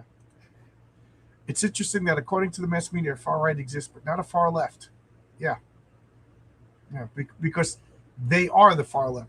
When you're far left, anybody with moderate views, that's why that right now, you just explained it, why the average lefty thinks that Nazis are right wing. Because they're, here's conservatives, here's Republicans, whatever. Nazism is on the left because it's collectivism, but they are so far on the left that they're looking right to see the Nazis, but the Nazis are still left wing. Which is funny, Alessandro. That's a good way to think of it too, because the right would have a natural end to it, and that's why the far right is. There is a natural end to the right, but there's no natural end to the left. It will never stop going further and further left. It will always try to continue to push further and further left. Yeah, it's still in shrink wrap. I didn't even want to look through it yet. I'm just so scared that it's going to be bad. But jokes on you, Heather Antos. She went around telling people not to buy. Chuck Dixon had a funny thing on his video today. He says he wants to see if there's any way he could pay Heather Antos to tell people not to read his new story. Because every time she tells you not to read it, it Streisand affects it. So me and Chuck have a story, and Heather Antos is going to tell you not to read it. I should say, oh man, how funny would that? I should somehow get in front of Heather Antos, hold up the story at a comic convention, and tell her that women can't become men. Yeah. And then count the cash. Count the cash. Season 2 is getting back into Apocalypse as the villain. Okay, you sold me on it. Have I ever read Yucatan 1512? Sounds right. No, sounds cool. What is it? How is the inking on Elsewhere? Yeah, it's not John Byrne inking it. It's not Terry Austin. I think Terry Austin died, right? But so, I mean, you could see the John Byrne-ness, but it doesn't look like classic John Byrne. So I don't know. I don't know who the inker is. The cover had a little AI coloring feel. My friend told me not to read 1984, so I guess that's it. Oh, read 1984. I tell people that you're not truly educated until you read Fahrenheit 451, 1984, and Brave New World. Yep. We had to read those in high school, for crying out loud. It was required reading. You know what else is required reading? RJ, you're probably the only one that I know read this. Harrison Bergeron by Kurt Vonnegut. It's like a 6-page story. Everybody read Harrison Bergeron. You can get it for free online. It's RJ. Are you familiar with the story? No, I'm not. Oh my God! It's this guy predicted progressivism back in the early '60s. It's progressivism. It's the logical product of progressivism. If I remember, I'll send you. You got to read this story. Oh my God! I'm telling you right now, RJ, you're going to read the story, and it's going to be the subject of one of your Saturday sermons. Okay. Yeah, sounds good. Send it to me. So Send it along. RJ, in your opinion, what is the greatest Western? What? Tony will not let us stay on mythology tonight. Tony, I could. That would take me some soul searching to figure out what the best Western is, but I always go. I'll just say the one that's been intriguing me for the last number of years would be the original 310 to Yuma. I think I mentioned this on the channel before. Oh, that's a good one. That's a spectacular movie, and it's not only well acted, but the story is like the new 310 to Yuma. It's a piece of crap. I mean, it's good actors and everything, and I'm sure that's more historically accurate and all that kind of stuff. But it's the down and dirty. Let's just say. Desperation of the guys in 310 to Yuma that really makes the story. And I think people coming out of or having lived through the 30s would be able to act that out in a way that would make it feel much more real, and that's what you get in the original 310 to Yuma. My favorite Western, and I'm not saying it's the best Western, but my favorite Western is The Wild Bunch. Oh my God, do I love that movie. Oh, me and my friend, the first line of that movie, if they move, kill them. Just such a great Ernest Borgnine. And it's a weird Western because there's cars, machine guns, because that's the whole point. It's the end of the West. Such a good movie. So violent. You can even find YouTube videos of people reading Harrison Bergeron on YouTube. I read it in high school, but it was entertaining to listen. Yeah, it was. Yeah, all right. So somebody could back me up that it was good. Smut books were predicting progressivism in the 1960s. Only moderates were surprised by the 2010s. JFK, uber progressive, Frank, uber, yeah. Harrison Bergeron. It's about everybody's now equal, and this is the logical extent of what happens when everybody's equal. Because what I remember reading the book in high school, or the story in high school, and laughing at how absurd it is. And now it's not too absurd. We're like this close. You know, It's funny, Joel. You should mention it. Again, I mentioned that I'm reading Raymond Chandler's Big Sleep right now, and you don't really get this when you watch the movie, but it's set in I think 1932, right? And this is in Hollywood, in so we're talking the most progressive part of we'll say progressive, quote unquote, part of America at that time, and the whole story revolves around the fact that these people are running a illegal crime syndicate, which is selling pornography. This is less than 100 years ago. So you can see how far our civilization has come, and we'll say in the progressive direction, quote unquote. Did you ever read the Booster Gold comic? Yeah. Yeah, I like Booster Gold. And believe it or not, I liked what they were going to do with him in the New 52 as the guy. Remember, like he was going to go back and fix DC continuity, and he told Batman how serious he really was, and he acts like a goofball, so nobody would suspect that he was. I thought that was so good. As far as I know, that was dropped, but I thought that was so good. But anyway, one of the things that always bothered me was in this fascist future that he escaped from, they banned football. Like he was a football player, then they banned football. I always thought, like, what are you nuts? In a fascist future, they would promote football and sports. That it would keep people distracted. They say religion's the opiate of the masses. So sports, so's porn. You know what I mean. Like I always thought, like that bothered me. That, and of course, it's liberals writing what fascism is, so they just completely misunderstand it. I don't know. That you just made me think of that one. That has appropriate of nothing because my brain's wandering now because I'm mentioning. You mentioned Vonnegut. Have either of you read Breakfast of Champions? No, I read the Slaughterhouse-Five, the Monkey House book, which had Harrison Bergeron in it. That's a collection of short stories. And I know I read something else. Cat's Cradle. Oh my God, did I love Cat's Cradle. So good. So good. But I don't think I read Breakfast of Champions. Equity is enforced. Equality, not equality. Yeah. Read Harrison Bergeron, how they enforce it. It's hysterical, but it's also scary. RJ, with the infamous unpublished Swamp Thing story by Rick Veitch now being published, do you think it's good taste to have Jesus Christ as a character in the comic book? Absolutely not. I would not trust.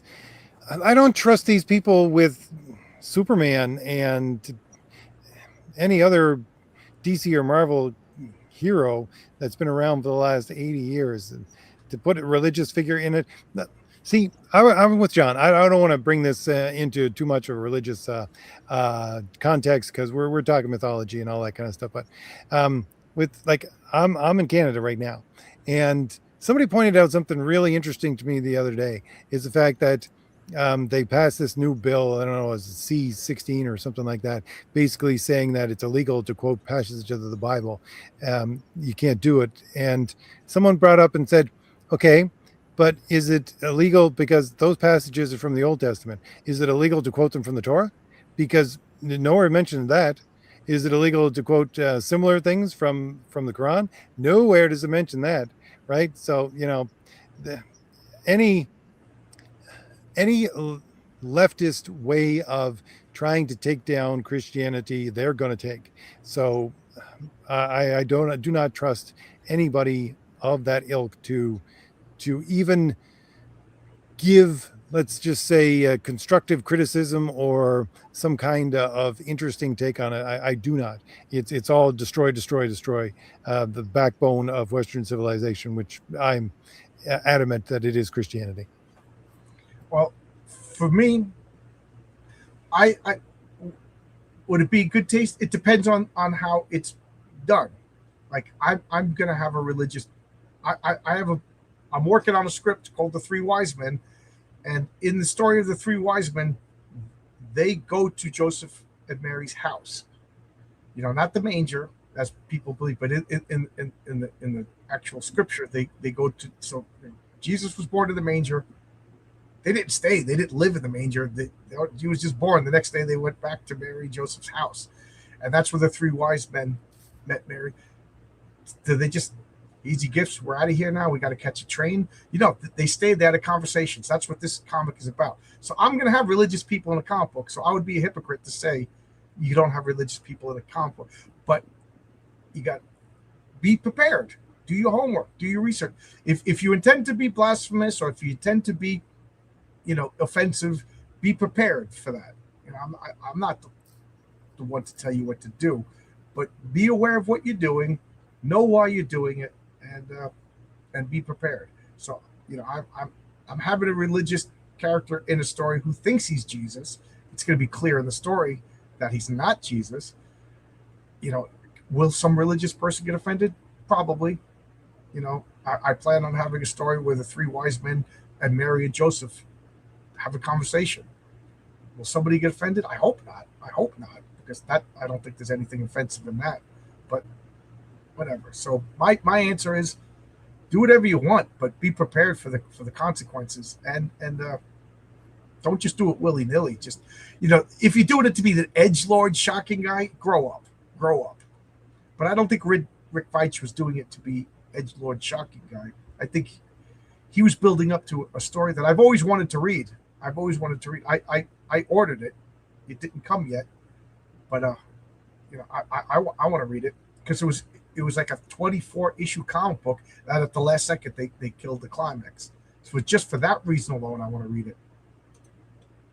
They banned football because the third worlders took over their love of cricket, soccer, and crime. Liberals consider football and dancing equivalent to abortion, so evil fascists would bet. Yeah, that's true. Maybe football was too right wing, too wholesome American barbecue guys like it. Joseph is like, oh no. Every argument from the left is dishonest. Yeah, I know Eric July didn't make up this quote, but I saw him say it, so I'll attribute to him as argue. All the left does is pretend that they don't know what you're talking about and then argue with their falses. I just murdered it. But they pretend they don't know what you're talking about, and then you can't have an argument, which is why I've been going on my tirades about we need to define our words. We need to know what is fascism. When somebody starts talking about fascism, I'm going to stop them. What does fascism mean? Explain it to me. Well, how can we have an argument, a discussion, when you don't know what fascism is? What is socialism? What is anarchy? What is, define all these things. What is a liberal? What is a conservative? Fascism is Italian. So it's Monica Bellucci. Now I love fascism if it's Monica Bellucci. Have I ever read Italian or European comics? Sure. Not enough of them. I've really enjoyed what I've read. Really. I got to get more into it, but it's a whole other rabbit hole. What about you, RJ? Do you read European comics? I wish I had more chance to. That's what I don't really. Let's just say, last time I was in Europe, which was a couple of months ago, my bags were way too full and overweight. If it hadn't been for that, I would have had a dozen or more really thick comic books out of the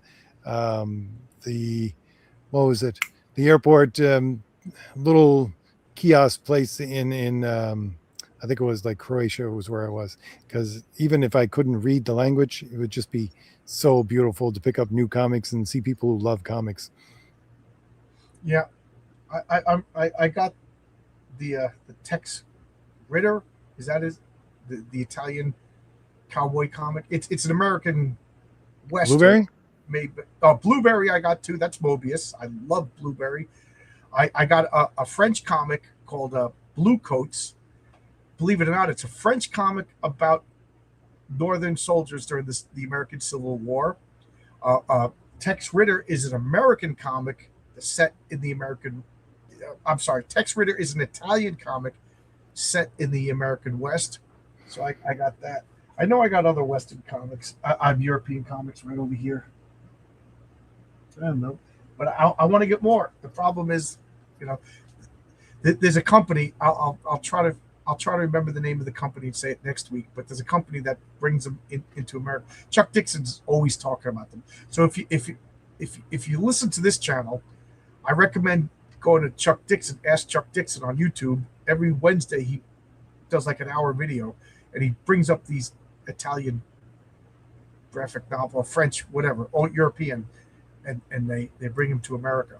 A lot of them are in English for the first time. I heard that New York is thinking of importing Canada's laws for unaliving yourself. What does that mean? Made. I hate when people say things like unaliving yourself. We got to speak English. We can't start 1984 in our language. Yep. So what? We're going to do a medically assisted suicide now in New York? Because that's what you do when you run out of money. You know, you remember when they all made fun of Sarah Palin, the death panels? All right. We've been talking for exactly 2 hours, and I'm babbling, and I realize that I'm not giving RJ any chance to talk. So, RJ, is there anything you'd like to say before we No, but I think that we should put a pin in this conversation and pick it up probably, a month from now when we both had more chance to think about obscure mythology that we want to talk about. Oh, I could have thoroughly enjoyed that. I could have talked about obscure myth all night long. I got a million of them in my head. But I always try to adjust the chat. So I blame the chat for distracting me. Well, thank the chat for being here as well. I don't really blame the chat. The chat is fun. Thank you, guys. And go to Fund My Comic and pick up Crom the Destroyer. I know RJ's almost done. I've been seeing the work. It's so good. I can't wait. I'm excited to get it. And I know all of your stories and everything you went through. This is Art Through Adversary, labor of love. Anybody less than 9 feet tall and covered in body hair and a foot that's a meter and a half long would have stopped making this comic book. But Bigfoot prevails. Yeah. So RJ, yeah. Labor of love, John. Labor of love. It is. Yeah. And emphasis on labor. You went through a lot to make this comic. So I can't wait. And on the opposite, this Christmas special just came out so easy. Yeah, I got a well-oiled machine. I gave myself plenty of time. The only thing that can stop this comic is the printer explodes or something like that. So back it on Fund My Comic, you'll get it real soon. If you back it on Kickstarter, you'll get it when I said I was going to ship it November, December. So I'm going to launch this Saturday on the Kickstarter, but the Fund My Comic will always stay up. So you have two choices, whatever you want. Freedom of choice. All right. Cinebooks. That's the name of the company. Cinebooks. Thank you. Cinebooks. That's the name of the company. All right. At that point, RJ, anything you want to say? No, John has said it. Go to Fund My Comic to pick up both of our books. The links are in the description of my video if you're watching on my channel. Yeah, the links are in the description of mine. Remember, if you're watching on my channel, subscribe to RJ of the Fourth Age is the name of RJ's channel. If you're on RJ's channel, like and subscribe and hit the bell for notifications and everything for John's Long Box. That's my channel. Thanks a lot, everybody. See ya.